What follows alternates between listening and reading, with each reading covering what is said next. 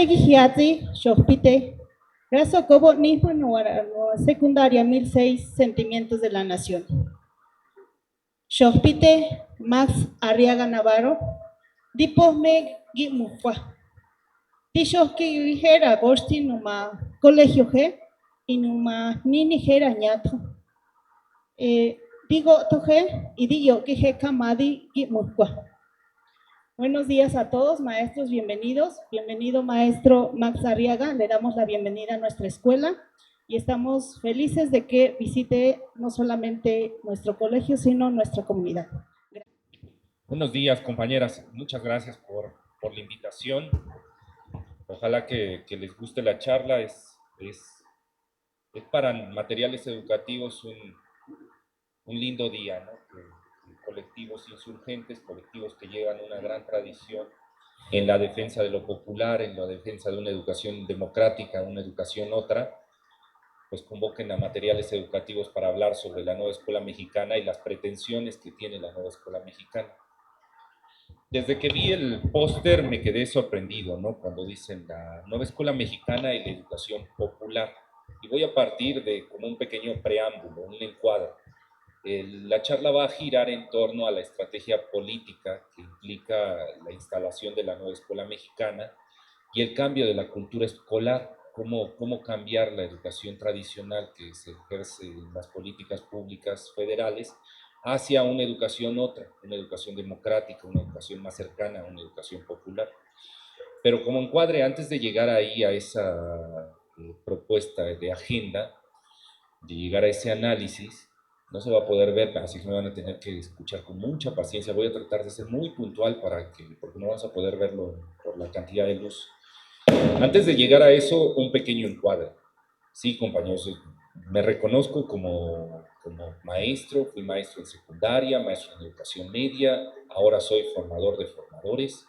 Mi clave está en la Universidad Autónoma de Ciudad Juárez. Llevo como profesor universitario formando a formadores en la licenciatura en educación ya casi 15 años. Soy texcocano, pero en este caso, aunque he estado del lado del magisterio y he sido maestro y he sido maestro sindicalizado, nunca he tenido un cargo directivo en la cuestión educativa. Debo decirles que no vengo representando en este momento al magisterio. O sea, sí me asumo como maestro, pero también soy consciente de que en este caso vengo representando a la patronal. Y debemos de tener claro eso, porque la nueva escuela mexicana no podríamos considerarla una educación popular, porque no nace de lo popular. O sea, sin duda se aplaude que la patronal en este momento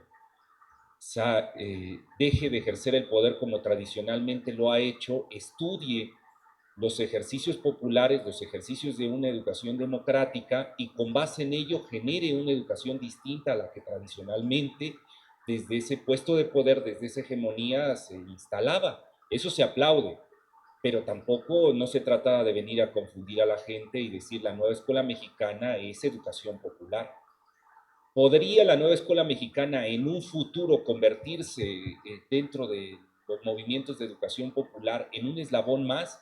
Solo el tiempo lo dirá en la medida en que se democratice la instalación de la nueva escuela mexicana, es decir, que no sea la instalación desde una verticalidad donde la federación nos dice qué es lo que tenemos que hacer, los estados nos dicen qué es lo que tenemos que hacer sin generar los espacios, las condiciones simbólicas y materiales para que los colectivos desde la base discutan en sus comunidades de manera democrática cómo debería ser la educación. Entonces, eso tomándolo como encuadre, pues desde ahí abordemos la nueva escuela mexicana, sin duda. Yo sé que algunos funcionarios y algunos intelectuales orgánicos de la derecha tienden a veces a simplificar las cosas para tratar de confundir y desanimar a las personas, diciendo la nueva escuela mexicana está intentando usurpar el espacio de la educación popular en este país. No, es hasta ingenuo pensarlo así, porque aunque se hicieron asambleas para reflexionar sobre cuáles deberían ser los principios del plan de estudios, Y en esas asambleas, en el caso de la del Estado de México, no sé si alguno llegó a ir, se hizo en el Centro Cultural Texcoco y asistieron miles de maestros. Y algunos de esos maestros tuvieron la oportunidad de levantar la mano por las condiciones materiales que había, ¿no? El tiempo, y dejar ahí en las minutas, pues, la reflexión que ellos estaban haciendo. Aunque había un hecho de cierta democracia, de cierta búsqueda de horizontalidad, le falta mucho a la nueva escuela mexicana para ser considerada una educación popular. Pero bueno, siempre se agradece ver a una hegemonía ceder su espacio, agachar la cabeza, ponerse a reflexionar, ponerse a leer y con humildad tratar de generar un discurso diferente. Hoy lo que estamos viendo en la Secretaría de Educación Pública, le decía al compañero, pues, que pareciera que nos estamos acostumbrando a las incongruencias, ¿no? Y a las disputas. Y le digo, pues que sí, que debemos ver que la izquierda que estamos viviendo es una izquierda posmoderna, ¿no? Donde se siente cómoda desde la incongruencia. Es decir, la izquierda de los años 60, 70, 80, donde los principios eran tan claros, donde había certidumbres, hoy no lo vemos así. Hoy hay dentro de las diferentes izquierdas, hay diferentes puntos de vista y no hay ninguna certeza.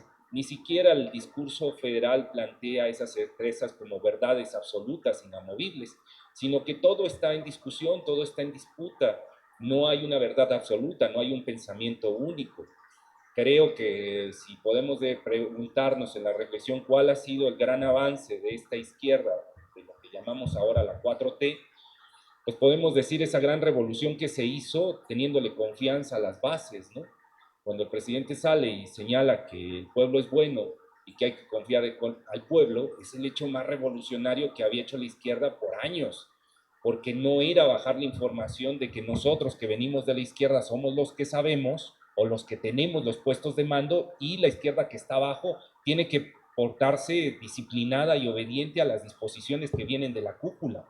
¿No? En este caso dice, hágase cooperativas, háganse territorios, discútase desde el territorio, construyase desde ahí, téngase confianza a esas reflexiones, porque el pueblo es bueno. Entonces, es un hecho que recuerda, teniendo aquí los carteles y el mural, las reflexiones que se hacían desde el Partido Popular, desde el Partido del Pueblo, el Partido de los Pobres, por Lucio Cabañas, ¿no? Que esa izquierda decimonónica o esa izquierda tradicional criticaba cuando decía Lucio, pues los pobres son buenos y los ricos son malos. Sí, yo sé que a veces en esas simplificaciones uno choca, ¿no? Y dice uno, no, estás simplificando mucho el problema. Eso no es así. Bueno, la 4T partió de una simplificación muy parecida al humanismo mexicano. El pueblo es bueno y construyase desde ahí. Y ese era un acto revolucionario, al menos para la izquierda tradicional que estaba acostumbrada, como la derecha, a pedir a sus militantes disciplina y obediencia a las cosas que se dan desde la cúpula, ¿no? Bueno, teniendo eso como encuadre, daré otro pequeño encuadre, uno pequeñito, ¿no? Que tiene que ver con los libros de texto y la nueva escuela mexicana, y nos vamos a la agenda política de instalación de la nueva escuela mexicana, y con eso termino y abrimos la reflexión, ¿no? Que esto se convierta más en una asamblea que en una charla. Eh, mm, hoy estamos viviendo, es evidente en la Secretaría de Educación Pública una disputa por el ejercicio del poder. Hay una cultura escolar instalada por décadas donde la verticalidad, el ejercicio del poder, eh, tiene, tiene todavía gran permanencia en la Secretaría de Educación Pública, ¿no? Entonces hay unidades que nos siguen mandando indicaciones contradictorias y nos dicen, sí, sí, vamos a hacer círculos de estudio, consejos técnicos escolares, pero círculos de estudios donde no hay democracia, donde se nos mandan los lineamientos de lo que se debe ver en el círculo de estudio, en el consejo técnico escolar. Entonces, simulación. Sí, sí, hay libertad y hay autonomía profesional, pero ahí les va la prueba estandarizada de Mejor Edu para ver el diagnóstico de las escuelas sin reconocer los territorios. Otra vez, estas incongruencias. Sí, sí, no vamos por el desarrollo de habilidades ni competencias. La nueva escuela mexicana es un discurso anticapitalista que reconoce la interculturalidad, sí, sí, pero ahí van las Olimpiadas del Conocimiento. ¿Qué pasa ahí? Vemos otra vez esta disputa entre una institución que intenta, se revuelve para tratar de mantenerse como históricamente se había instalado, y una parte de esa institución que intenta generarse una transformación. Los que ya tuvieron los libros de texto del ciclo anterior no me dejarán mentir, en especial los de secundaria. En secundaria apareció una hoja muy interesante en el libro de proyectos de secundaria, decía INVEDECOR.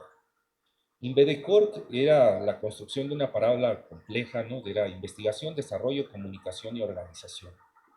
Los maestros, después de que entregamos los libros y empezamos a hacer asambleas en todo el país,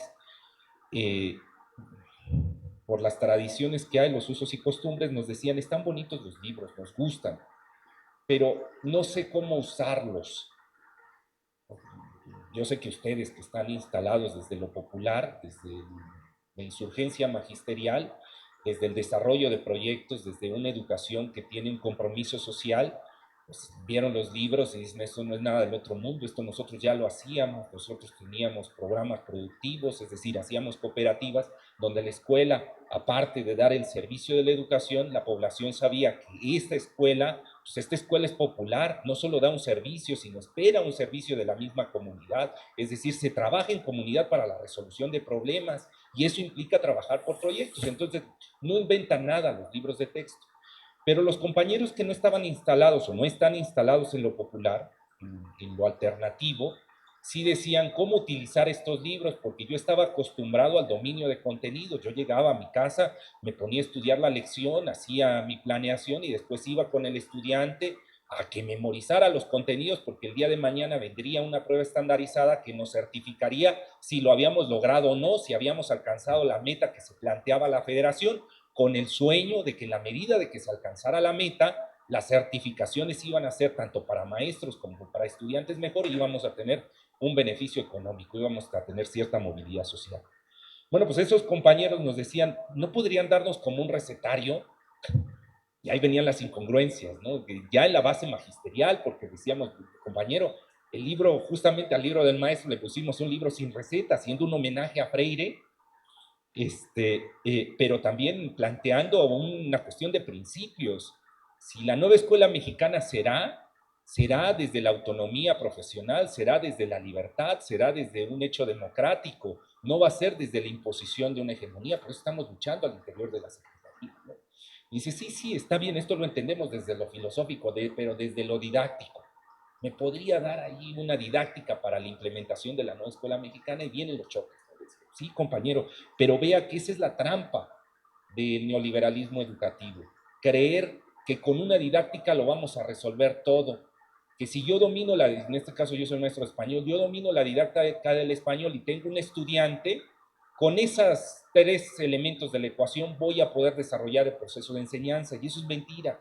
Si le quitas a la ecuación la cuestión económica, la cuestión cultural, la cuestión emocional, si quitas esas variables, no garantiza que se va a dar el proceso de formación, porque no es lo mismo que llegue un niño con la barriga llena, un niño con la barriga vacía, un niño violentado en su casa, a un niño que no tiene esas circunstancias. Entonces, por mucho que domines la didáctica, necesitas a la ecuación sumirle otros elementos, ¿no? Entonces, hicimos aquella hoja de INVEDECOR 1 para medio hacer como un recorrido sin llegar a las tecnologías de la educación, es decir, sin fijar una didáctica, tratar de hacer como una estrategia, un recorrido, una estrategia de proceso enseñanza-aprendizaje de cómo se hace un proyecto. Pero ¿qué creen, compañeros? Lo vio la autoridad y dijo, pues aquí está el recetario.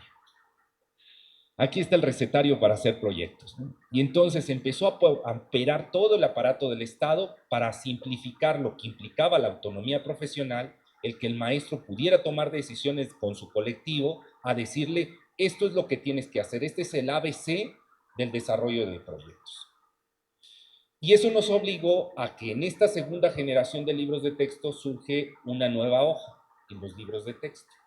Ahorita le estamos compartiendo así con ustedes de manera informal, ya como vayan viendo los nuevos materiales se la encontrarán ahí.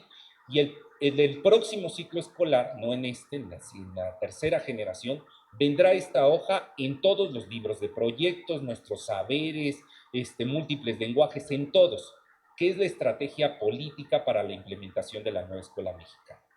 No es una receta, de hecho es un plan de trabajo, es una estrategia política. Aquí lo voy a decir, en otros lados digo una estrategia cultural para que no se asusten. Pero aquí que hay confianza, además, soy texcocano, ¿no? Estoy en mi estado. Tengo la familia paterna es de San José del Rincón, entonces la primera migración se hizo hacia Toluca y ya después migraron hacia Texcoco. Entonces estos territorios los conozco bien, sé para dónde salir corriendo. Si se requiere. Entonces aquí, hablando con sinceridad, sí es una estrategia política. Es una estrategia que surge de lo cultural, pero entendido lo cultural como lo entendía Freire, como un acto político. Vamos a hablar de esa estrategia, está dividida en 12 etapas. También es INVEDECOR, o sea, hay una etapa de investigación, otra de desarrollo, otra de comunicación y otra de organización, entendido todo desde el paradigma crítico, es decir, reflexión, acción, transformación, digamos como principios teóricos. Ahorita lo vamos a ir entendiendo en la práctica. Voy a leer primero las primeras 6, tendrían que ser bullets, pero no se van a ver. Dejo la presentación para que lo compartan con los compañeros.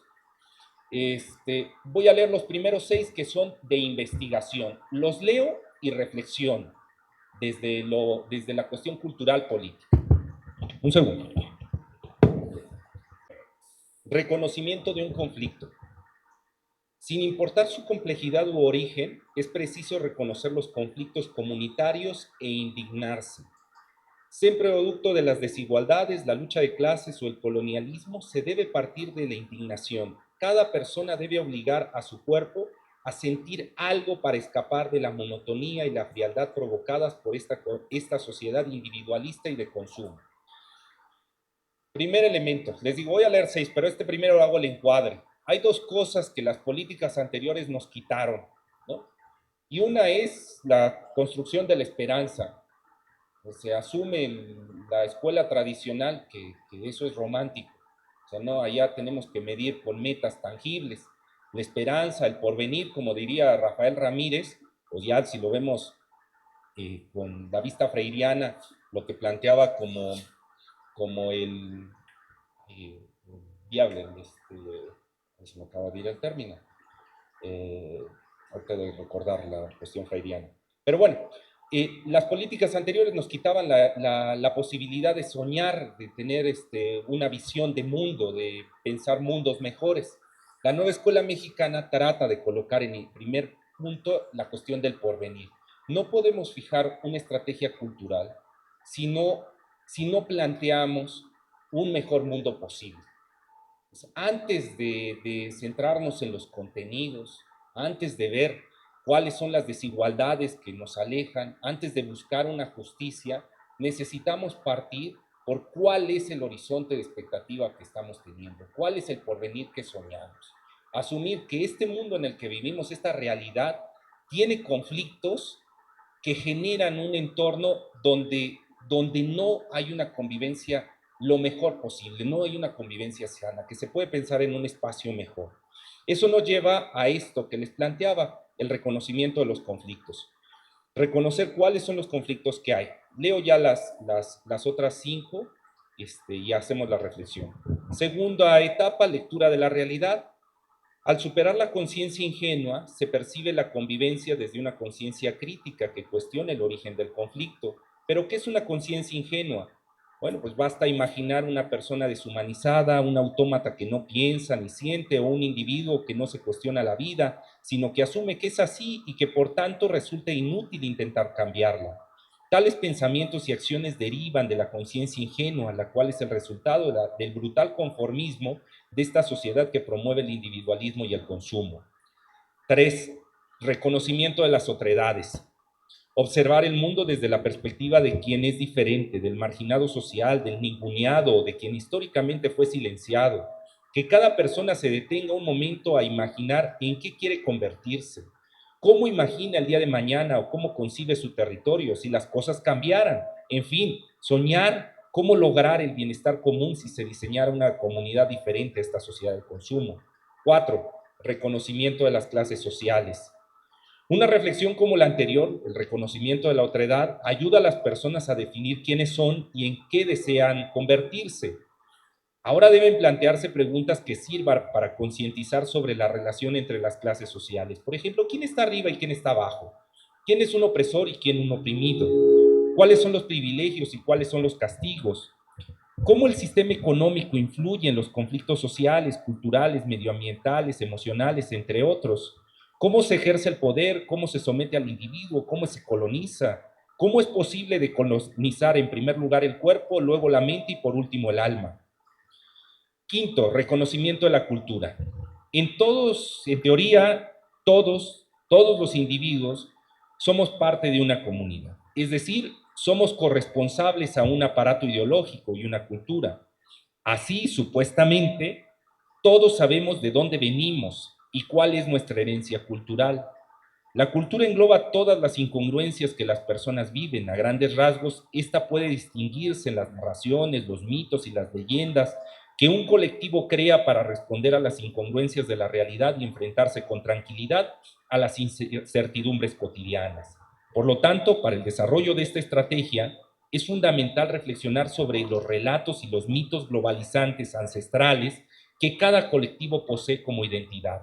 De tal manera, sensibilizándose ante estos detalles, se reconoce la cultura de uno mismo y la cultura de los demás. Y último, reconocimiento de las desigualdades. Para que la conciencia crítica se convierta en una conciencia ampliada, una conciencia política, diría Freire, se necesita reconocer las desigualdades estructurales presentes en la sociedad, las cuales no solo son desigualdades económicas, sino también hay desigualdades culturales, lingüísticas, sexogenéricas, políticas, geográficas y emocionales. Bien, hago la reflexión. Sí, sí, ahí lo van a poner, voy en el 6. Ajá, ya voy en la 6. Hago la reflexión con ustedes. En teoría, claro, esto es teórico, ¿no? Y esto tiene que ver porque la unidad es de materiales educativos, no es de gestión territorial, ni de formación continua, ni es la Subsecretaría de Educación Básica, ni la Secretaría de Educación Pública. O sea, solo somos una pequeña dirección dentro de un entramado burocrático. En la teoría, en el papel, cuando llegara el plan de estudios que hicimos, los programas sintéticos, después de que hicieran su autonomía profesional y que tomaran los libros de texto, pues en teoría, con la formación que tiene el maestro y con estas condiciones materiales y simbólicas, pues iba a avanzar la nueva escuela mexicana. Pero esto no es tan sencillo. Por eso la insistencia de una estrategia cultural o una estrategia política. O sea, vamos a imaginar lo que está pasando en las aulas, ¿no? Primera pregunta que hago, que es retórica, ¿no? Si una familia, pensemos la familia de primero o la de tercero de primaria, más o menos en tercero habrá 63 proyectos en los 3 libros de texto de proyectos, de comunidad, de aula y de escuela. ¿Se podrán hacer los 63 proyectos en un ciclo escolar? Bueno, habrán que seleccionar, ahí ya parte cierta autonomía. ¿Cuál va a seleccionar el compañero? ¿El que más le gustó? ¿Bajo qué principios, bajo qué reflexión decidió que de los 63, que ninguno está numerado para evitar justo llegar a eso de que hay una seriación? Elige, digamos, que él los enumera y ahí en el índice, y elige del libro de aula el número 10. ¿Por qué eligió el 10 y no el 9 o el 11? ¿Cuál fue su reflexión que lo llevó a tomar eso? Ahora, se supone que la nueva escuela mexicana dice que vamos a generar comunidad. El neoliberalismo le encanta trivializar los conceptos de la izquierda, ¿no? Y dice, claro, pues si nosotros también tenemos comunidades, ¿no? Hay comunidades globales, está esta tribu global en la que estamos insertos, están las comunidades virtuales, están las comunidades de aula, están las comunidades, los diferentes espacios. Pero uno de los conceptos básicos para la creación de comunidad es la de corresponsabilidad. No se puede hacer comunidad sin corresponsabilidad. Y el liberalismo no le gusta la corresponsabilidad, le gusta el individualismo.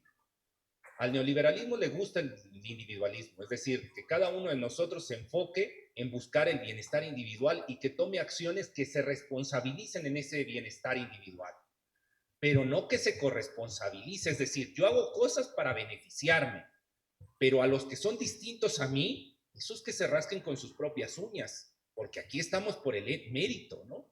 Aquí el que le echa más ganas, el que se esfuerza más, es el que tiene más recursos. Ese es el principio básico de este liberalismo económico. Las comunidades que pide la izquierda son comunidades diferentes, que se basan en el hecho de la corresponsabilidad, donde hay un plan horizontal, donde yo hago cosas sin duda que me benefician, pero también me corresponsabilizo en acción a hacer cosas que benefician a los demás, que benefician al diverso. Bueno, pues eso mismo solicita la nueva escuela mexicana, buscar ese tipo de comunidad. Por eso, en esta parte de la investigación, imaginemos, al mismo tiempo que el maestro está haciendo su planeación y decide que va a hacer el proyecto 10 del libro de aula, tiene que reflexionar por qué ese proyecto 10 es importante para mi comunidad, cómo resuelve los problemas que veo en mi territorio. Ahora, vayamos más allá en la estrategia política, en la estrategia cultural. ¿Cómo lo socialicé? O sea, ya tomé la decisión en mi planeación que primero voy a hacer el proyecto 10, después voy a hacer el 15, después me voy a ir al 23, después al 40 y después termino el ciclo escolar con el proyecto número 3. Ya tomé esa decisión. ¿Cómo vamos a hacer para que se conserve esta horizontalidad y no regresar a un verticalismo donde les diga al estudiante, bueno, ahora abran su libro en la página 86 porque vamos a hacer este proyecto? ¿Hasta dónde logré vincular a mi comunidad para que tomaran parte en la toma de decisiones? Yo sé que esto para ustedes es algo que han resuelto a lo largo de su historia, porque vienen de colectivos populares, donde es común este trabajo horizontal con los tutores, con los estudiantes, pero pensemos en un aula tradicional, donde el maestro estaba acostumbrado a ejercer el poder de manera tradicional, centrado en el dominio de contenidos. ¿Cómo va a reflexionar en una educación otra, donde la toma de decisiones se haya hecho de manera democrática, donde hay cierta horizontalidad, donde los tutores, los estudiantes y él tomaron parte de las decisiones que ahí se plantean? Ahora voy más allá. Ya hicieron el proyecto, ya lo decidieron. Imaginemos que sí se planteó un escenario horizontal donde tomaron parte los estudiantes de esa toma de decisiones. Bien, bien, qué bueno que llegaron ahí. Ahora, ¿qué van a hacer? Imaginemos que el proyecto implicaba un mural donde reflejaran la cuestión intercultural, donde, por ejemplo, esta zona, ¿no? Donde tenemos comunidades mazahuas, bueno, el Toluca es un buen lugar donde llegan múltiples culturas y se da un multiculturalismo. Pero bueno, la implicación del mural va a ser todavía más allá, es una cuestión intercultural, no solo va a reflejar las diferentes culturas, sino vamos a ver el sincretismo que se da en ellas y cómo cada una de ellas va conformando comunidad, va corresponsabilizándose una tras otra. Bien, y ya tenemos la investigación. O sea, dentro de las partes del proyecto ya fueron los estudiantes a hablar con tutores, con los bibliotecarios, con cronistas, traen información de su territorio, ya han hecho todo ese ejercicio. Ya hicieron unas maquetas ahí de cómo se vería el mural. ¿Qué sigue, compañeros? Ahí van a tener que tomar decisiones. Si asumimos que cada uno de nosotros tenemos ciertos territorios y que nos vamos apropiando de ellos culturalmente, es decir, mi territorio clásico es el salón de clases, donde tal vez el director fuera, pues es su territorio, ¿no? Pero dentro del aula, al menos de esta hora a esta hora, pues este es mi territorio y culturalmente me lo apropio. Tanto así que pongo por allá el escritorio, ya puse aquí un afiche, ya hice esto otro, porque me fui apropiando de ese territorio. Este ya no es el salón 24, sino ya es nuestro territorio comunitario, entre estudiantes y mío. No lo apropiamos bien. En las decisiones que tomo, ya hice mi maqueta, ya llegué a plantear cómo se vería el mural. ¿Dónde lo van a instalar, compañeros?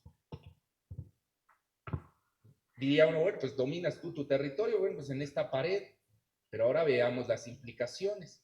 Si yo lo pongo en esta pared, pues sí, los estudiantes van a ver su ejercicio, pero ellos ya habían reflexionado sobre esto, es decir, el impacto cultural que tendrá en la comunidad será mínimo, porque ellos ya venían de esa reflexión, de ellos lo imaginaron, Pero si en lugar de colocarlo en esta pared, este salón imaginario que tenemos, nos vamos allá, aquella, donde entran todos los estudiantes de la escuela.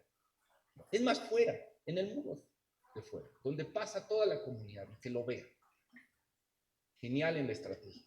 Pero ahora vienen las grandes preguntas. ¿Cómo lo vas a hacer? ¿De dónde van a salir los recursos para hacer ese mural? Ahora, imaginemos que eres rico y que tú vas a decir, no, pues yo vengo a dar clases por amor a la patria. No tengo necesidad. Imaginemos que las condiciones materiales las vas a resolver.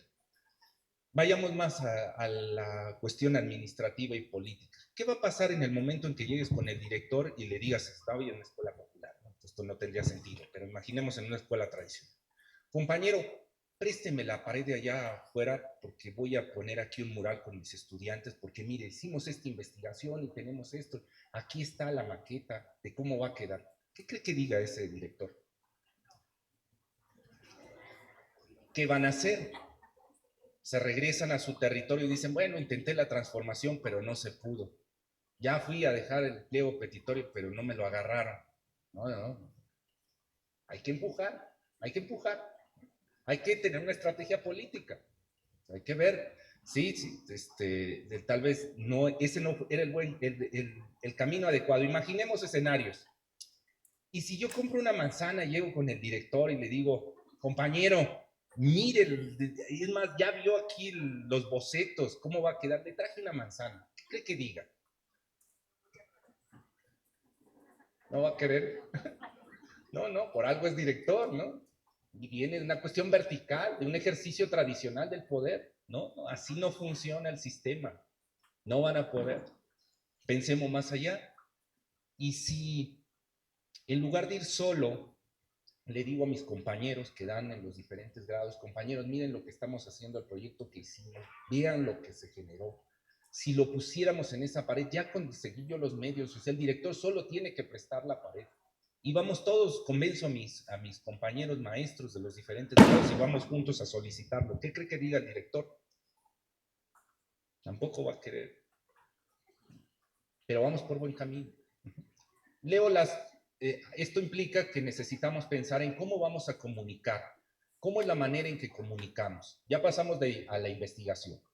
En investigación hablamos lectura de la realidad, reconocimiento de conflictos, ver las diferencias de clases sociales, las desigualdades, lo cultural. Bien, hice mi reflexión y ya llegué hasta cierta parte del desarrollo de mi proyecto. Ya tengo estos bocetos, pero necesito más elementos en esta estrategia. Ahora vamos a la parte de comunicación. Son solo 2 bullets. Comunicación. Perdón, estoy en la parte sí, en esa, punto 7 es desarrollo, perdón, estoy en desarrollo, todavía no llego a comunicación. Entonces, recuerden, investigación, INVEDECOR, investigación, desarrollo, comunicación y organización. La 7, alineación de voluntades comunitarias. Una vez que la reflexión propia parte de una perspectiva consciente de la complejidad de la realidad, es momento de compartir hallazgos, buscar consensos y generar colectivos. Es decir, construir comunidad. Por ello, resulta indispensable alinear la voluntad de los integrantes afines y disidentes en favor de una agenda política cuyo objetivo sea la lucha en beneficio de una comunidad por la cual valga la pena ofrecer tiempo y energía. Y 8, organización de colectivos. En este mundo individualista se castiga la organización colectiva. Comúnmente se insiste en que cada persona debe preocuparse únicamente de sus asuntos. La afrenta más profunda a este sistema consumista es organizar colectivos democráticos y diversos, es decir, demodiversos. Colectivos con una agenda política, acciones, calendario y horizonte de expectativas específicos, colectivos que reconozcan las ventajas del bienestar común. Bien, entonces estos 2 elementos en el desarrollo. No solamente los proyectos implican ya hiciste la investigación, ya tienes los insumos del proyecto, o sea, ya tenías, en este caso estamos haciendo este mural, ya tienes los resúmenes que dieron pie a convertir ese resumen en una cuestión simbólica de cuál es la ilustración que va a aparecer, ya tienes los bocetos, no solamente es eso. Ahora, en esta estrategia política es cómo vas a alinear las voluntades no solo de los que son afines, que eso es relativamente sencillo, es decir, ya todos nosotros en el salón, desde esa afinidad que nos une, pues llegamos a la conclusión que este es el mejor boceto posible para el mural. El problema es cómo voy a alinear la voluntad del disidente, del maestro, del supervisor, del ATP, de la autoridad estatal, de la autoridad federal, del regidor, del presidente municipal, del tutor, que se encuentran en tres posibles niveles. Uno, primer nivel, en la oposición. Desde el prejuicio, pensemos aquel opositor más trivial, ¿no? Que dice, no, los libros son comunistas, o los libros tienen herejía, desde el prejuicio. No abrió un libro, no leyó el plan de estudios, pero desde el prejuicio dice, yo estoy en contra de Morena porque ahí van puros pobres. Bueno, pues ese es un tipo de persona, se encuentra en la oposición. ¿Cómo vas a alinear la voluntad de un opositor? De alguien que desde el prejuicio ya está rechazando. Hay otro tipo de personas, algunos que se encuentran en la disidencia. La disidencia salta el prejuicio, tiene principios. Pensemos en el panismo. Ellos, o los empresarios de la educación, ellos tienen principios, ¿sabes? Sí los tienen claros, ellos asumen que el Estado no debería normar la relación que hay en el mercado, y es su principio, por poner uno, o que la libertad entendida por el neoliberalismo, ¿no? De que mi libertad termina donde inicia la libertad de los demás. Bueno, son sus principios que ellos tienen. Ellos se plantean ya no en una oposición, sino en una disidencia. Ellos están como disidentes con unos principios claros. Bueno, ¿cómo vas a alinear las voluntades con alguien que se encuentra en la disidencia? Ahora vamos más allá, los que se encuentran en la resistencia. La resistencia es todavía más compleja, porque no solo implica tener principios, sino tener un programa. Una persona que se encuentra en la resistencia no solo ya superó los prejuicios y tiene principios claros, sino tiene un programa de acción. Y dice, para nosotros, nuestro programa político es A, B, C y D. Y tenemos claro lo que tenemos que hacer. Perfecto, se encuentran en la resistencia. Bien, ese tipo de personas son las que vamos a encontrar del otro lado, no de los afines. ¿Cómo vamos a entablar puentes? Porque la comunidad que plantea la nueva escuela mexicana no es un tribalismo. No es que solo los que entienden de la nueva escuela mexicana, pues vamos a hacer equipos, y aquellos que no, pues dicen, bueno, pues usted ya no es mexicano, ¿no? Usted es otra cosa, usted es oposición. No, no, no, no. Estamos haciendo comunidad. Y entonces en este hecho de corresponsabilidad, yo me corresponsabilizo con los afines a mí, pero también me corresponsabilizo con los que no son afines a mí. Y aquí las preguntas vienen desde ahora, sí que desde las ciencias políticas. ¿Cómo vas a generar las condiciones simbólicas y materiales para que los disidentes se acerquen? O sea, ¿por qué el que está en la oposición, aquel que tiene el prejuicio, y tiene ese prejuicio? Igual y lo resuelves diciendo, mire compañero, ahora pues dice que los libros son comunistas, ¿en qué hoja? No en la 55, bueno, vamos a la hoja 55. Y tal vez por ahí, tal vez es una cuestión simbólica la que está haciendo la resistencia. O en otro caso, tal vez sea una condición material que dice, compañero, ¿cómo quiere que yo transite a la nueva escuela mexicana si no hay conserje? O sea, ¿cómo quiere que le tengamos confianza a la patronal si esto, si aquello, si aquello? O sea, si dentro, o sea, estamos en la resistencia, si tenemos un programa, ¿sí? Entonces, la nueva escuela mexicana es lo que pide. O sea, no es solamente hacer un tribalismo con aquellos que ya son afines, son conversos a la nueva escuela mexicana, no, eso es lo más sencillo. Aquí el punto es cómo se van a generar los puentes en una comunidad con aquel que no quiere, que vea la nueva escuela mexicana como un discurso, como una propuesta pedagógica, que no le es afín. Desde ahí necesitamos plantear la alineación de voluntades. Y el segundo punto de este desarrollo, organización, compañeros. Solos somos débiles. Aquel que crea que va a poder sacar la nueva escuela mexicana desde su salón de clases, desde esa soledad con sus estudiantes, está en una utopía, que la realidad que lo va a destrozar. Necesita estar organizado. ¿Organizado con quién? Pues con su comunidad, con sus estudiantes, con sus tutores, con sus maestros, con sus directores. Hacía una pregunta que se sonreían, pero es la realidad. Llegaron tarde los libros de texto del ciclo anterior al Estado de México. No lo querían repartir. Tal vez hicieron uno. En este momento tal vez alguno está haciendo uno. ¿De dónde está saliendo el dinero para hacer ese proyecto? ¿Le llegaron los insumos de la federación? O sea, vino el libro de texto acompañado con una caja de que de los 63 proyectos, aquí están los materiales para hacer los 63 proyectos. Sigo pensando. El gobierno estatal dijo, no se preocupen, el federal, así son ellos.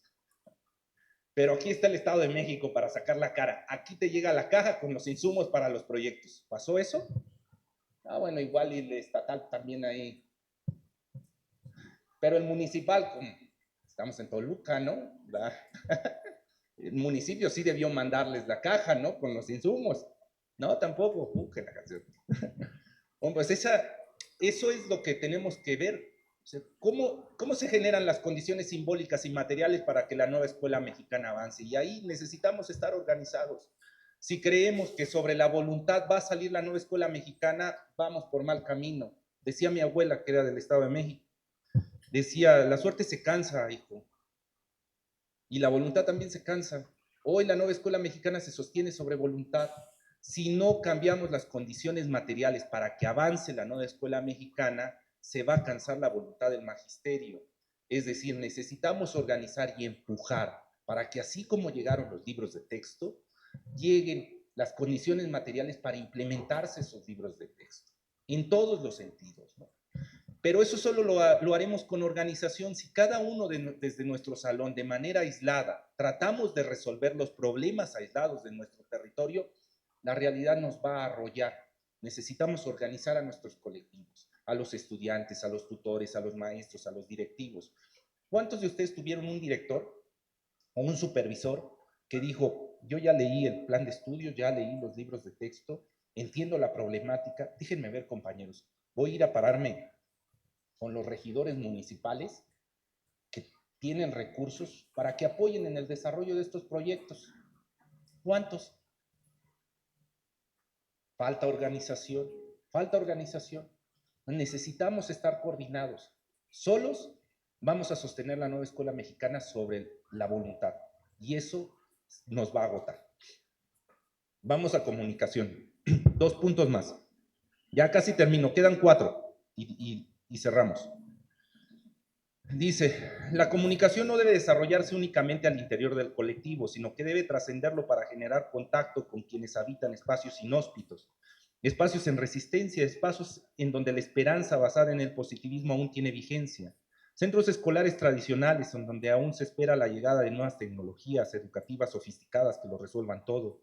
Es ahí donde la comunicación debe ser efectiva y convencer al disidente sobre cómo una comunidad hemodiversa es mejor que un colectivo inhumano. Y 10.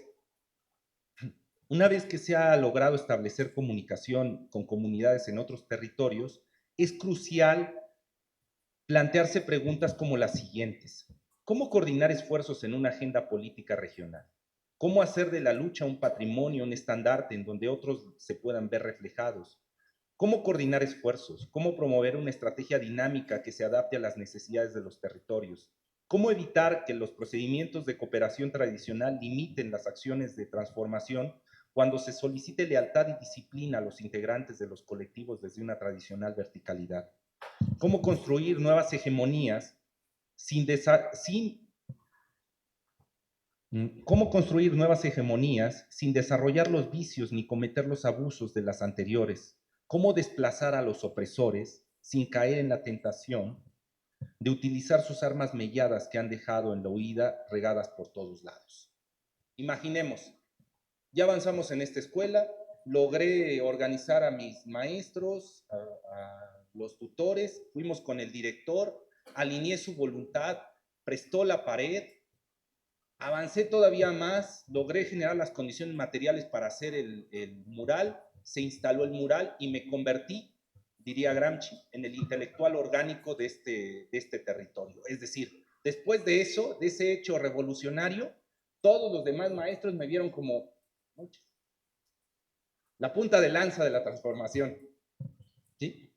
¿Qué va a pasar el día de mañana cuando alguno de los compañeros que se encontraba en la simulación por sus condiciones materiales, él se encontraba en la simulación, no creía en la nueva escuela mexicana, tampoco en lo alternativo, él estaba desilusionada. El día de mañana, después de ver el ejercicio, se acerca a ti y te dice, compañero, ¿cómo le hizo? ¿Cómo le hizo para sacar este proyecto? Enséñame. Y tú agarras y le dices, está muy fácil, compañero, solo tiene que hacer A, B, C y D. Y trivializas otra vez todo a un recetario. Y la posibilidad que había en el compañero de la reflexión de generar un territorio se ve coartada y dice, lo que usted diga, compañero, yo lo sigo. Pensemos más allá, ya esta es una escuela popular. Bien, imaginemos que está más de 10 cuadras, ¿no? Aquí, imaginemos 100 cuadras para allá. Una escuela católica, de compañeras sacerdotes,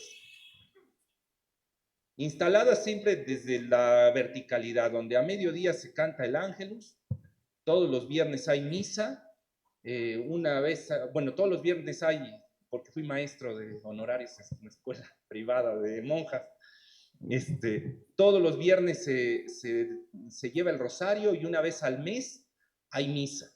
Y todos los lunes hay que ir de gala, desde esa verticalidad. La compañera lee el plan de estudios, ve la cuestión de corresponsabilidad y dice, esto es judeocristiano. O sea, esto es lo que yo aprendí en mis cursos de teología. O sea, la nueva escuela mexicana es casi los principios de Jesucristo, ¿no? Y dice, yo quiero transitar hacia la nueva escuela mexicana y hacia sus proyectos. Y llega con ustedes y les dicen, miren compañeros, ya hice este proyecto, ¿qué opinan?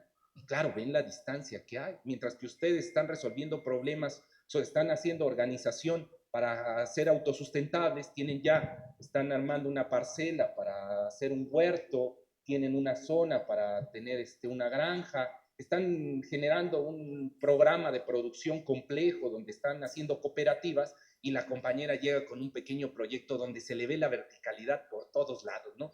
Donde se ve el ejercicio de poder, el sometimiento, la cuestión del dominio de contenidos, el conductismo, o sea, por todos lados hace agua el proyecto. ¿Cómo van a generar el diálogo sin desplazarle y decir, compañera, sabe que usted y yo hablamos cosas distintas, mejor regrésese a sus rezos y deje a los que sabemos hacer las cosas? Eso va a ser importante. ¿Cómo van a generar un diálogo sin acabar cometiendo los mismos abusos que veíamos en otros momentos? O sea, sin convertirnos en aquello que tanto odiábamos, en aquel director, en aquel supervisor, en aquel ATP, en aquella autoridad educativa que nunca me apoyó, que siempre me vio hacia abajo, siempre me vio como un alumno que debía obedecer. Termino. Los últimos dos elementos. Les recuerdo, yo no soy sindicato. Y esto lo digo para picarles. Es una vergüenza, compañeros, en serio. Se hizo en asambleas esto, del plan de estudios y los libros de texto. Muchos maestros del país acudieron a las convocatorias y lo hicimos con la base. No lo hicimos a espaldas del magisterio. Pero aún así es una vergüenza que hoy estemos debatiendo como base magisterial nuestros principios ideológicos a través de documentos que han sido publicados por la patronal. Eso no puede ser, ¿eh? Eso no puede ser. Los principios ideológicos del magisterio deben de salir de la base magisterial. No puede venir la patronal a decir cómo debemos actuar o qué deberíamos estar pensando. Está bien, estamos viviendo momentos raros, momentos de transición, pero sí debemos ser conscientes en la agenda política que ese espacio no es de la patronal. Ese espacio de reflexión siempre debe estar en la base magisterial. ¿Por qué? Porque ya conocemos a la patronal y no podemos tener confianza de ella. Entonces, desde ese punto, lean estos dos. Van a venir en todos los libros de texto. O sea, vuelvo al punto, esto lo está diciendo la patronal en este momento. Una patronal rara, pero es el discurso oficial y está solicitando al magisterio dos cosas. Punto 11 y 12. 11, insurgencia magisterial. Las acciones transformadoras, frutos de la reflexión en torno a lo cultural, lo económico y lo social, son actos que violentan el statu quo. Los sectores tradicionales acostumbrados al ejercicio del poder desde lo alto de la pirámide social acusarán cualquier acción transformadora como un ejercicio violento. Estos sectores también se encuentran en las instituciones del Estado como hegemonías. No se puede esperar que ellos cambien sus acciones y pensamientos como si fuera un acto de generosidad o de misericordia.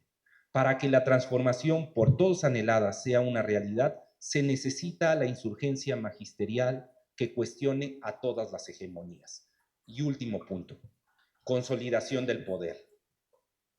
Después de la insurgencia magisterial y sus acciones transformadoras continuas, tarde o temprano, repito, tarde o temprano, las instituciones y las hegemonías cederán. Tras desplazarlas, se necesitará establecer nuevas formas de ejercicio del poder. Probablemente esta sea la etapa más delicada del proceso, porque siempre existirá la tentación de disfrutar los privilegios de las élites desplazadas. Por todo ello, se debe imaginar y realizar un ejercicio de poder diferente, desde la humildad, para generar una sociedad demodiversa, que no discrimine, que no margine, es decir, una sociedad donde todos tengan voz, no solo los individuos privilegiados. En última instancia, el propósito de esta estrategia política, cultural y administrativa es construir una sociedad donde las hegemonías, aún vigentes, sean contenidas de modo que no puedan promover más desigualdades. Bueno, compañeros, pues esta es la estrategia cultural que plantea los libros de texto, estará en todos los libros desde este ciclo escolar, los pueden encontrar ya en los libros de inglés, que ya hay de los 109 libros, los libros que son de inglés, los desde tercero de preescolar hasta tercero de telesecundaria, viene esta estrategia cultural, la vamos a estar difundiendo y en la próxima familia aparecerá en cada uno de los libros de texto esta estrategia cultural para que el magisterio reflexione sobre cómo se necesita sin duda una planeación, una estrategia didáctica, pero al mismo tiempo necesitamos una estrategia política. No vamos a resolverlo todo sentados desde el didactismo. Esa es la trampa del neoliberalismo educativo. Necesitamos corresponsabilizarnos con nuestra comunidad y eso solo se hace a través de una estrategia cultural. Bueno, compañeros, pues muchas gracias por la invitación. Tienen una muy bonita escuela. Ojalá que el Estado la apoye y que logren lo que busquen. Muchas gracias por el espacio. Agradecemos la participación del compañero Marx, pero aquí lo más importante es que podamos generar un diálogo. Yo sé de que la mayor parte de los maestros estamos inmersos ahorita en el asunto del diseño de proyectos, revisando la planeación sintética, viendo todo el plan analítico, viendo cómo los hacemos correlativos con los libros de texto. Estamos inmersos en la prueba Mejor Edu, estamos inmersos en un conjunto de actividades. Creo que es el momento en el que podemos desahogar muchas de las inquietudes o dudas que se puedan tener y podamos generar un diálogo. Por supuesto que este diálogo que estamos tratando de aperturar tiene que ver con la naturaleza de nuestras propias escuelas, que estamos agrupadas en una organización social, tan pronto como que terminando esta actividad, esta conferencia, tenemos en la mira puesta Palacio de Gobierno, y de que no vamos a Palacio de Gobierno de gratis, sino que vamos porque tenemos un conjunto de requerimientos que no han sido oportunamente atendidos. A veces decimos, ¿no? En este porvenir soñamos con que cuál es el norte que deberíamos llevar todos, ¿no? Decimos, híjole, mejor que sea un sur, ¿no? En lugar de un norte. Pero lo estamos viendo en el sur de la nueva escuela mexicana, dentro de lo que se lleva uno como pecados de la nueva escuela mexicana, ¿no? Todos estos movimientos de resistencia de los años 80 para acá, tan solo viendo los últimos momentos, no nos vamos más atrás, no nos vamos al normalismo rural, ni las casas del pueblo, ni los misioneros, no, viendo de los 80 para acá. Muchos de esos ejercicios ahora que ven la nueva escuela mexicana, dicen, bueno, pues esto era lo que buscábamos, ¿no? Una democratización de la educación, generar un contrapeso hacia las políticas tradicionales, hacia la privatización, hacia la neoliberalización, pero hacia el neoliberalismo. Pero es lo que nos pesa en materiales educativos, ver que esas resistencias creen que la nueva escuela mexicana es la salida y han dejado de lado su agenda. Hay que entender que la resistencia debe mantenerse. Es decir, cada una de estas escuelas que partió de un reconocimiento de un territorio, de unas políticas públicas en contra de lo popular, en contra de lo público y que llevan años y que esa es su memoria histórica, se debe mantener. ¿Por qué lo digo? porque es muy probable, conocemos a la patronal, el día de mañana va a regresar a sus viejas prácticas. Es más, hay muchas de esas viejas prácticas que no se han ido. De ahí que se necesite la insurgencia magisterial, que va a ser la que esté empujando a la institución a que no institucionalice el discurso de la nueva escuela mexicana, sino se quede siempre en lo instituyente. Por eso, ahí repito, no podemos dejarle la responsabilidad a la patronal a decir, bueno, pues ojalá que siempre tengas estos principios y seas bueno con el colectivo, con la base magisterial, y ojalá que seas tan noble de estar creando los principios de lucha que la base magisterial necesita tener. No, bueno, está bien, en este momento se tuvo que utilizar a la institución para tratar de que aquellos estados más conservadores entraran a la discusión, ¿no? Se subieran a la insurgencia, a la gran transformación educativa. Pero esto nos obliga a recuperar este espacio, ya sea que esté Morena, sea que esté el partido político que esté. La educación y los principios de la educación deben de estar reflexionándose desde la base magisterial. No podemos cederle ese espacio ni a la Universidad Autónoma de Ciudad Juárez, de la que vengo, ni a la UNAM, ni a la pedagógica, ni siquiera a la patronal, o sea, menos aún a la patronal. Tiene que estar en el colectivo de base magisterial y en sus organizaciones, en sus estructuras organizativas, esta discusión de los principios. Eso nos dará cierta tranquilidad de que las políticas públicas que hoy se diseñaron se mantengan, porque decimos, bueno, estamos alineados como si fuera esto una gran liga. Cada una de estas escuelas tiene su programa político porque reconoce las complejidades de su territorio. Y tenemos nuestro programa político, esta es nuestra agenda.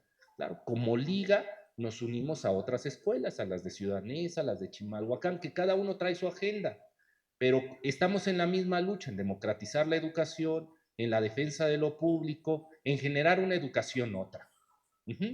Estamos en las epistemologías del sur. Bien, nos reconocemos desde el sur, desde los sures. Bien, como liga tenemos un marco superior y tenemos ciertos principios que nos pueden unir, como la defensa de lo público, la dignificación del magisterio. Bien, esa es la agenda que nos va a unir a cada una de estas células. Pero es necesaria que esa célula tenga su agenda política y eso hará que una estrategia superior, es decir, el Estado, no nos quite lo que hemos avanzado, ¿no? Entonces, eso por un lado. Ahora, sobre la segunda pregunta, que también está buena, ¿no? Que va de la mano. Sí, es difícil, compañero, o sea, no simplifico el problema. Pero debemos ver que toda transformación implica enfrentar tanto las condiciones simbólicas como las materiales. O sea, usted decía, vamos a generar nuestra estrategia política en la escuela y vemos la calle cómo está. Pues sí, y que nosotros la vamos a pavimentar, vamos a generar las condiciones materiales para esa transformación, pero ¿cómo? O sea, y a veces el reto es muy grande. Entonces hay que ver que cuando no puedes en lo material, pues te vas a la estrategia simbólica. O sea, en este momento no tenemos nadie como regidor afín a nosotros. El presidente municipal no es afín a nosotros. Las organizaciones civiles no tienen todavía el peso para gestionar algo así. Nuestro colectivo no lo tiene. Pero ¿por qué no hemos llegado a esas condiciones? No tenemos ahorita esa posibilidad de impulsarlo desde ahí. Impulsemos lo simbólico, hagamos reflexión, veamos cuál fue la estrategia de materiales educativos. Materiales educativos no podía meterse en el cambio de UCICAM o de Mejoredu, porque no era su área, no estaba en sus atribuciones.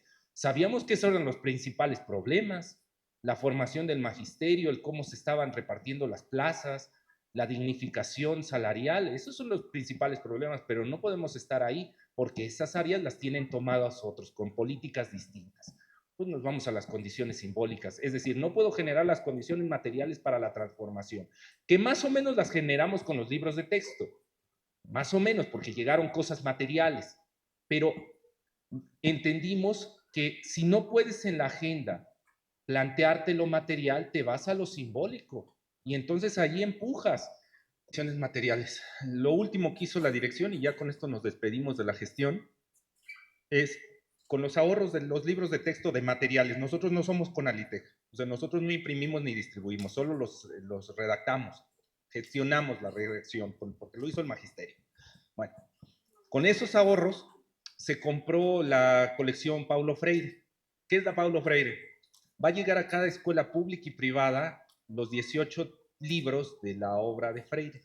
¿Qué esperamos? O sea, ya ahí tenemos ciertas condiciones materiales. Va a llegar una cajita, es una cajita pequeña, pero es una cajita con todos los libros.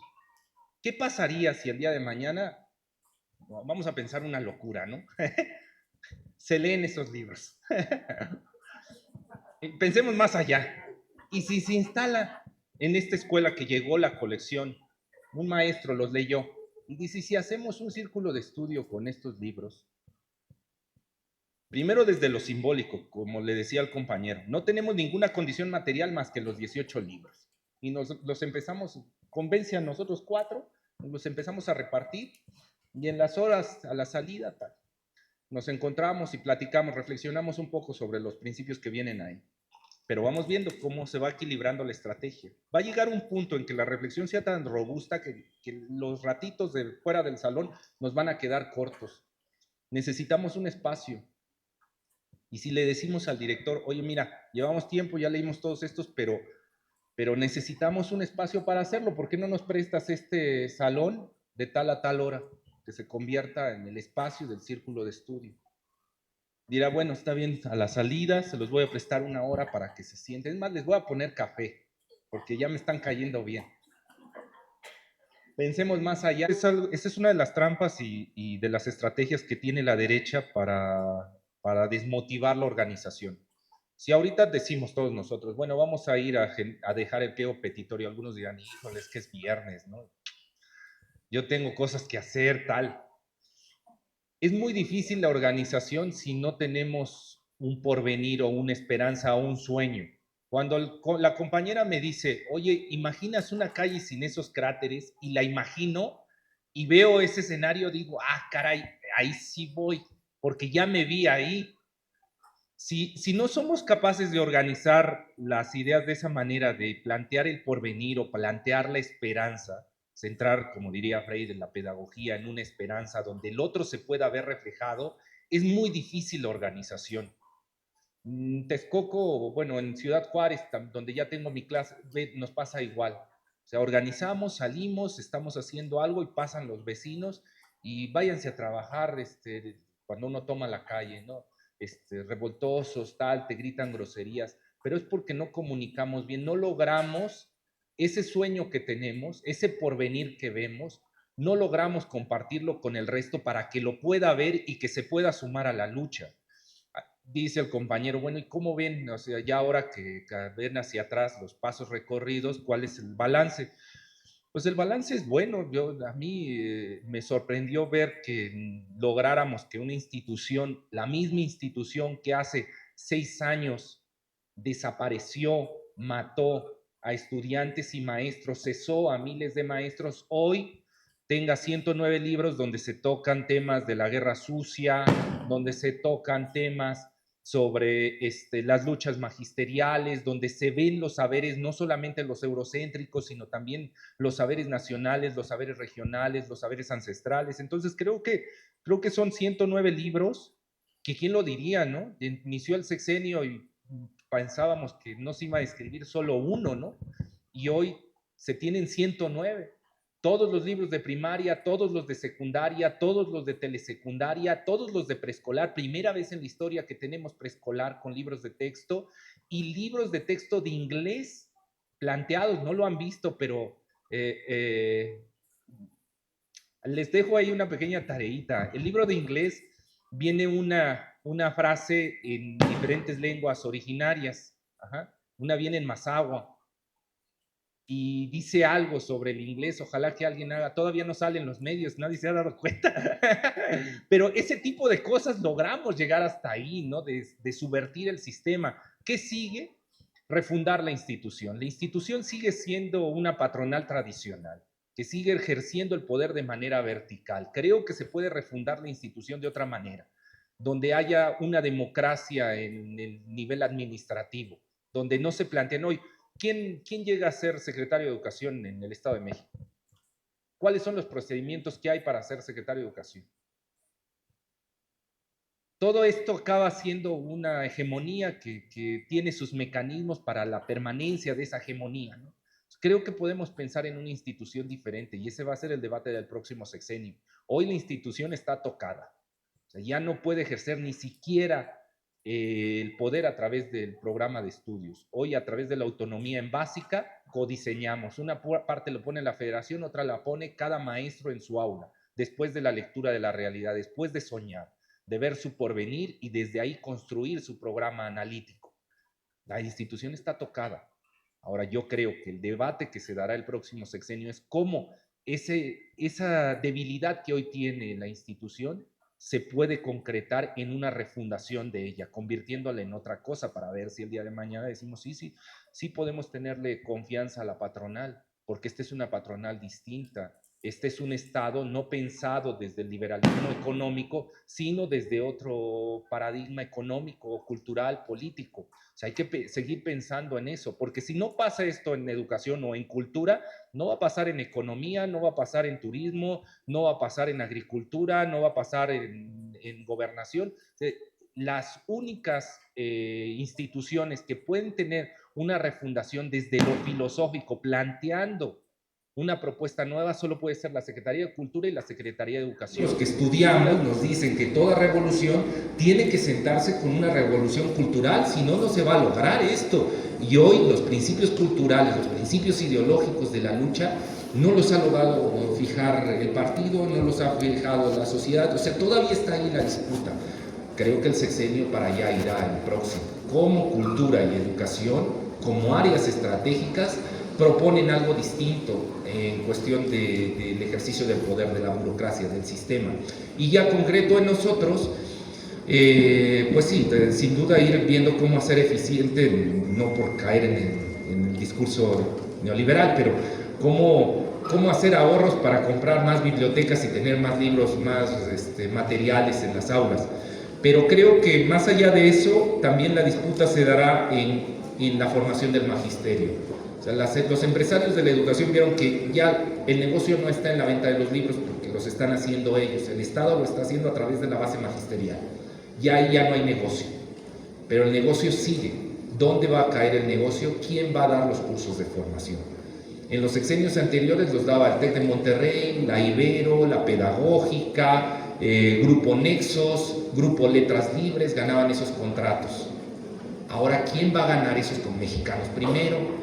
¿Quién va a ganar esos contratos? ¿A quién le van a dar los contratos para la formación del magisterio? Si la nueva escuela mexicana, sus bases están en lo popular, sin que sea la nueva escuela mexicana una educación popular, porque no tiene ahí sus orígenes, pero sí sus principios los copia, los imita, los reflexiona a través de la vanguardia de lo popular y de lo alternativo. Bien, ¿qué no acaso la formación la tendrían que dar todos los colectivos que se formaron en lo popular y en lo alternativo? ¿Cómo vamos a permitir que el día de mañana sea Grupo Monterrey el que nos venga desde la cuestión privada a darnos formación de la escuela crítica o de lo popular en lo educativo? O sea, ese va a ser el gran debate del sexenio. ¿Cómo se van a ir los miles de millones en la formación del magisterio? Pensemos que para cada uno de nosotros al año se invierte, que es muy poco, se invierten unos 3,000 pesos en formación, más o menos, pero somos millones de maestros, somos 3 millones. Entonces, ¿qué va a pasar? O sea, solo hacer cuentas, si es anual, ¿quién se va a quedar esos contratos? Ese es el gran debate del siguiente sexenio. ¿Hacia dónde se va la formación? Y a nivel filosófico, ¿cómo logra la 4T replantearse lo que decía nuestro presidente en todo el sexenio? Refundación de las instituciones, sí, pero ¿cómo? ¿Cuáles son los principios de esa refundación? Y eso lo tiene que hacer cultura y educación. Y perdónenme, además yo ya me voy en 2 semanas. Pero la institución quedó igual, sigue ejerciendo el poder de la misma manera la Secretaría de Educación Pública. O sea, en SEP no hubo refundación. Tenemos libros nuevos, tenemos un plan de estudios nuevos, pero sigue ejerciendo el poder como se hacía en el sexenio anterior, que ya no es tan violento, sí, que tiene más programas sociales, sí, que hubo cierta dignificación porque aumentó el salario, sí, pero la manera burocrática en cómo ejerce el poder es la misma. Nos siguen pidiendo la misma relación vertical de cuáles son sus evidencias administrativas de su relación con los alumnos. Ahí está toda la carga administrativa. Tenemos un montón de elementos de que la institución no cambió. Tanto no cambió que, aunque Mejoredu venga y nos diga, no somos lo mismo que el INE, sí, no son lo mismo, pero son primos hermanos. Sí, cambió un poco, pero no se refundó la institución, solo se hizo menos agresiva.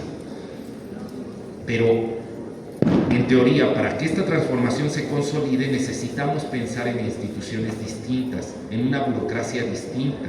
Esto que nos decía el presidente de que el pueblo es bueno, del humanismo mexicano, ¿cómo se traduce en una refundación de la institución? En una institución con principios nuevos. Ese es el gran debate, y eso yo creo que ese debate solo lo puede entablar cultura o educación.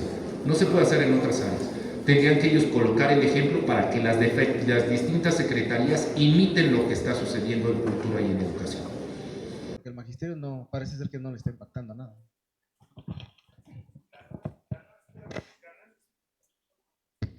La nueva escuela mexicana solo está en básica, para acabar rápido.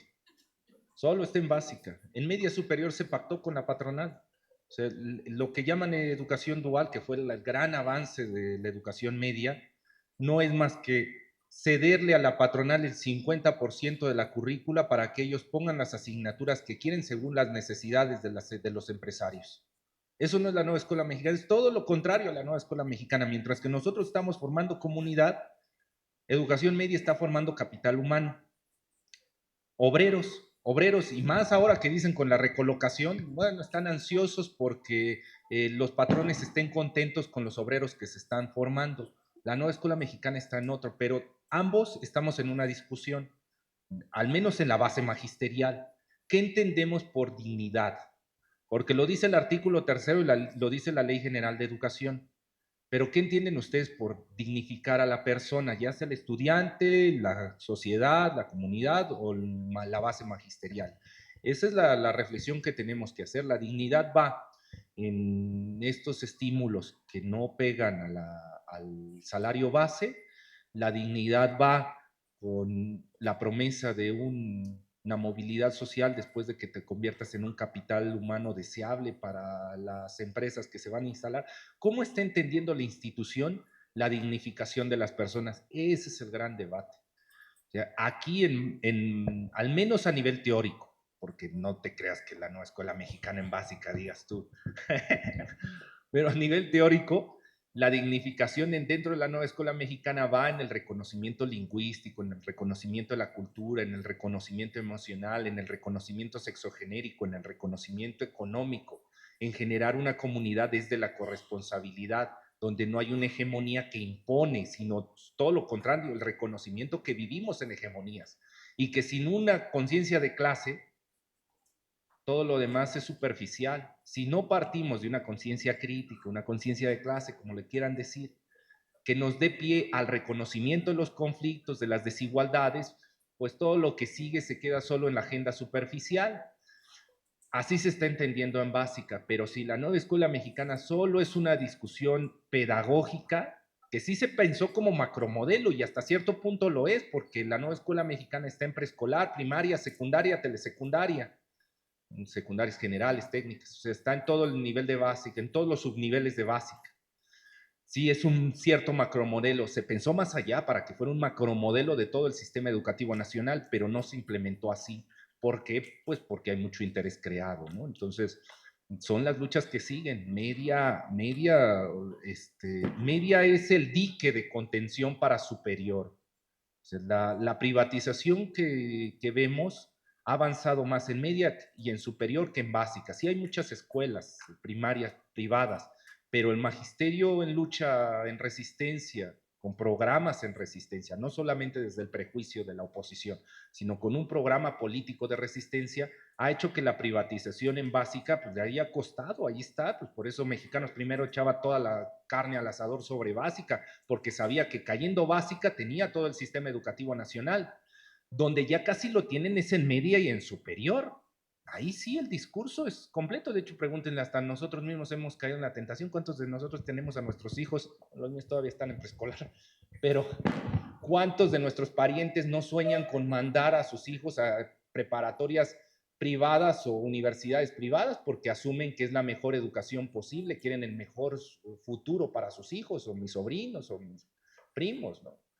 Entonces, allá ya tenemos el territorio perdido, de media hacia arriba.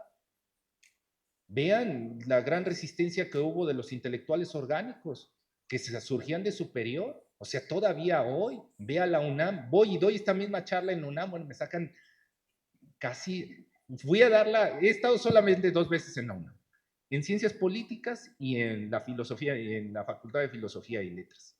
En la Facultad de Filosofía y Letras lo organizaron los estudiantes, fue con un megáfono, ahí estuvimos, y salieron maestros a grabarnos y salió nota del Universal de que habíamos ido y que había incongruencias en el discurso, bla, bla, bla, bla, a criticar.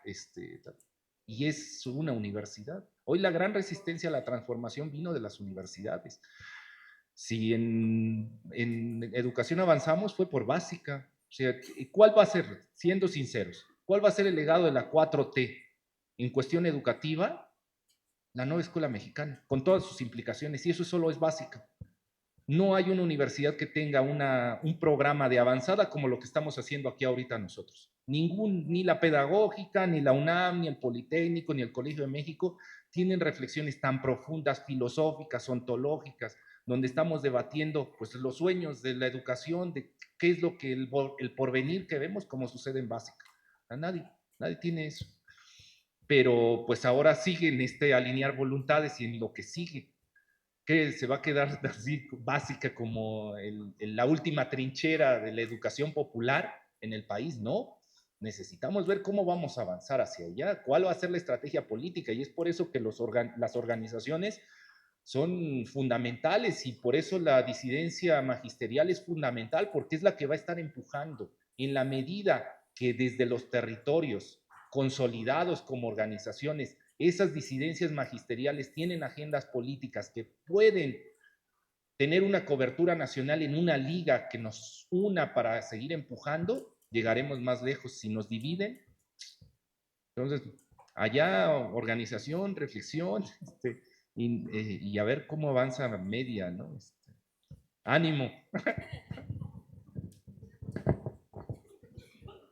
Bueno, en este marco de reflexión y de diálogo, yo quiero intervenir. Y me parece que la consigna principal que debemos tener, compañeros, es que está prohibido olvidar. Está prohibido olvidar de dónde venimos. Está prohibido olvidar que hemos levantado escuelas donde habían basureros. Está prohibido olvidar que nos hemos tenido que movilizar para construir cada salón. Está prohibido olvidar que somos trabajadores, que nuestros alumnos son hijos de trabajadores y que nuestros padres de familia son trabajadores.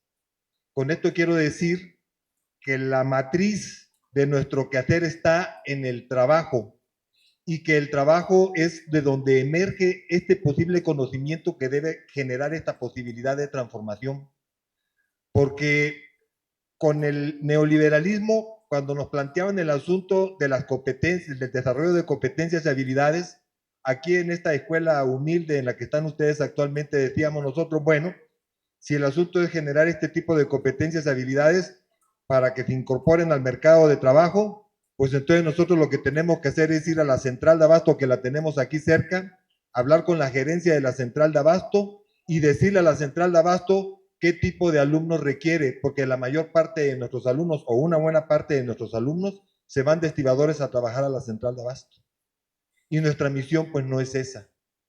El trabajo es algo más que el esfuerzo físico, compañeros. El trabajo no solamente ha sido la clave de nuestro desarrollo evolutivo, sino que el trabajo es la fuerza transformadora de todo lo que nos rodea. Por eso cuando mencionamos que tanto nuestros alumnos como los padres de familia, como nosotros somos trabajadores, hablamos de ese proceso creativo en esencia.